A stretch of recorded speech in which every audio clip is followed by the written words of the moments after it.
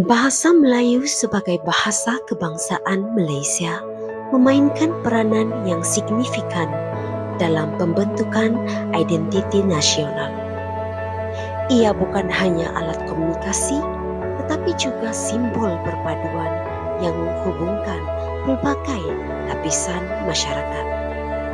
Dalam konteks pendidikan, bahasa Melayu menjadi medium utama untuk menyampaikan ilmu dan membentuk pemikiran generasi muda.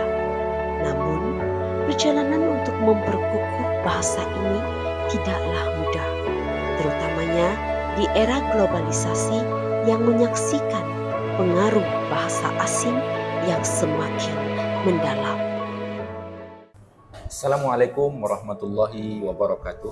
Saya Bung Sali bin Rasmi daripada kumpulan 5 dalam subjek linguistik dalam pendidikan bahasa Melayu.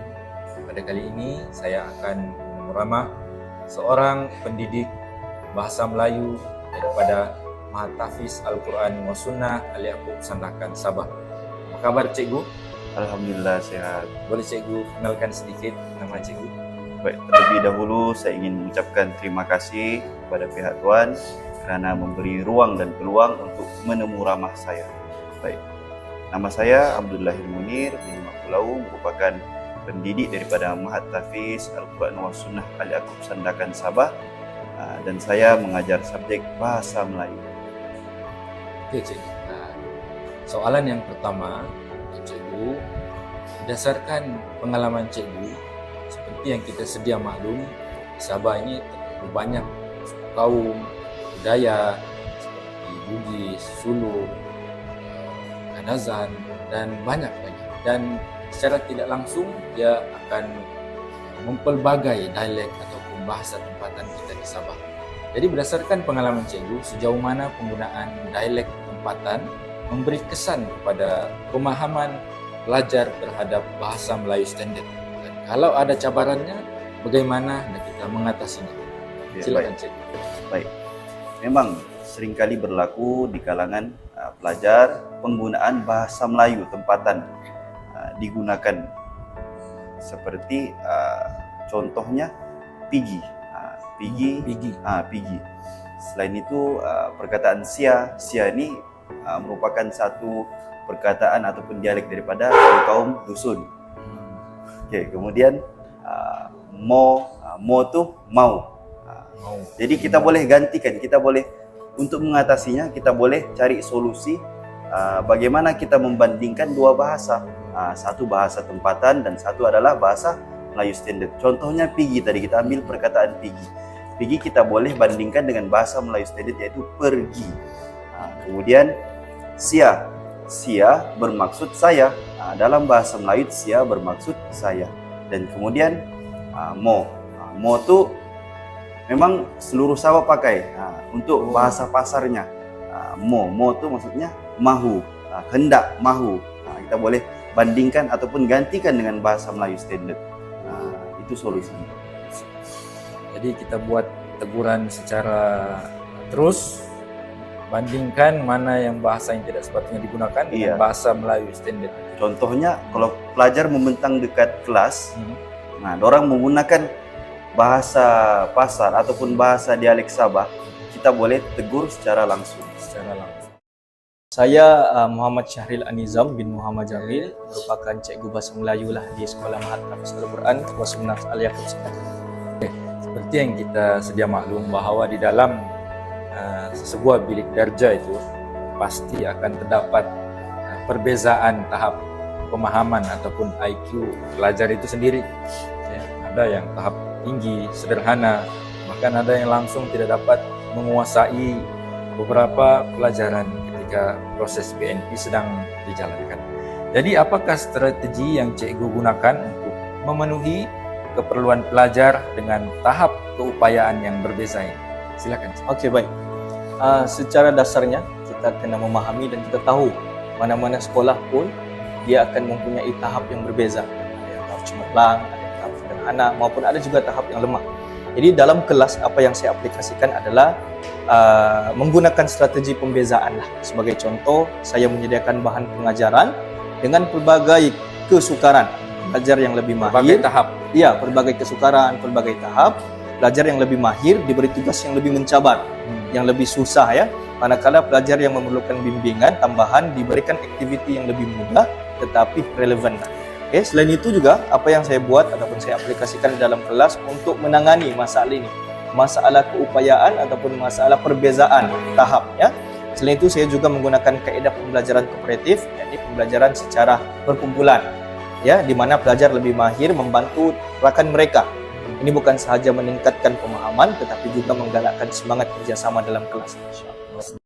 Pendekatan pengajaran berbeza seperti yang diterangkan tadi berkait rapat dengan teori konstruktivisme. Teori ini menekankan bahwa pelajar membina pengetahuan melalui pengalaman dan interaksi sosial. Dalam konteks ini, kerja kumpulan dan aktiviti penulisan kreatif membolehkan pelajar belajar secara aktif, saling berkongsi idea dan membina pengetahuan berdasarkan pengalaman mereka sendiri. Belakangan ini kesantunan berbahasa di kalangan pelajar itu semakin luntur. Jadi pada pendapat cikgu, bagaimanakah kesantunan berbahasa dapat mempengaruhi motivasi dan tumpuan pelajar dalam pembelajaran? Baik. Kesantunan berbahasa adalah sangat penting kerana ia mencipta satu suasana yang menarik dalam pembelajaran.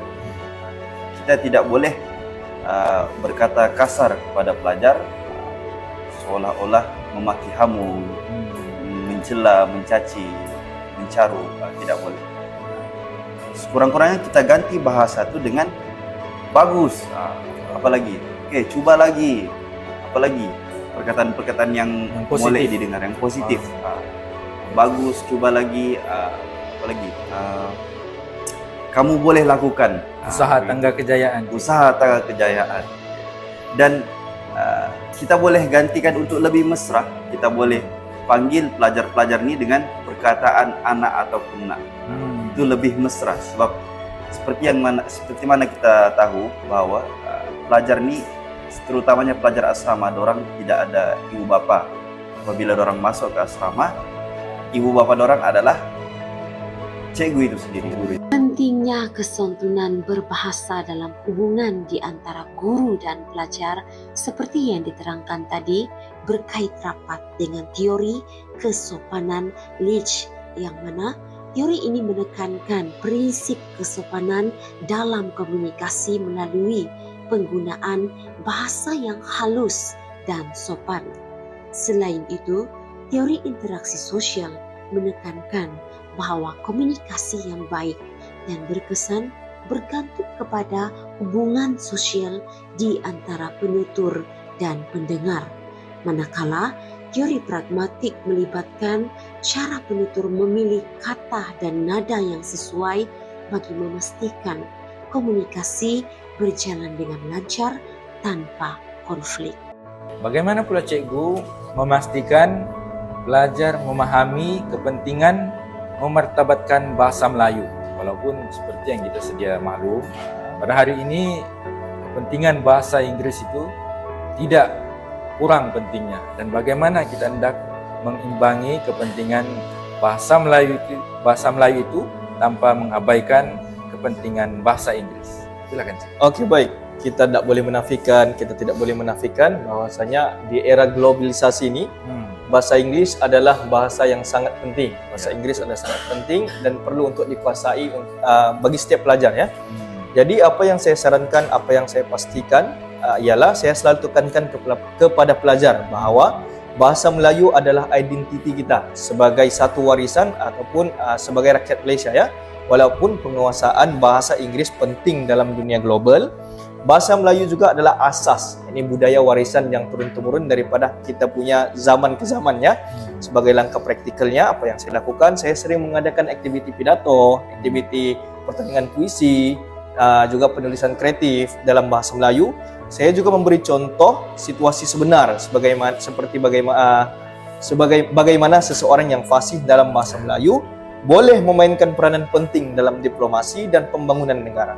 Yang paling penting apa yang saya lakukan adalah kita perlu seimbangkan kedua-dua bahasa dan menunjukkan kepada pelajar bahawa menguasai lebih daripada satu bahasa itu bukanlah beban, malahan satu kelebihan.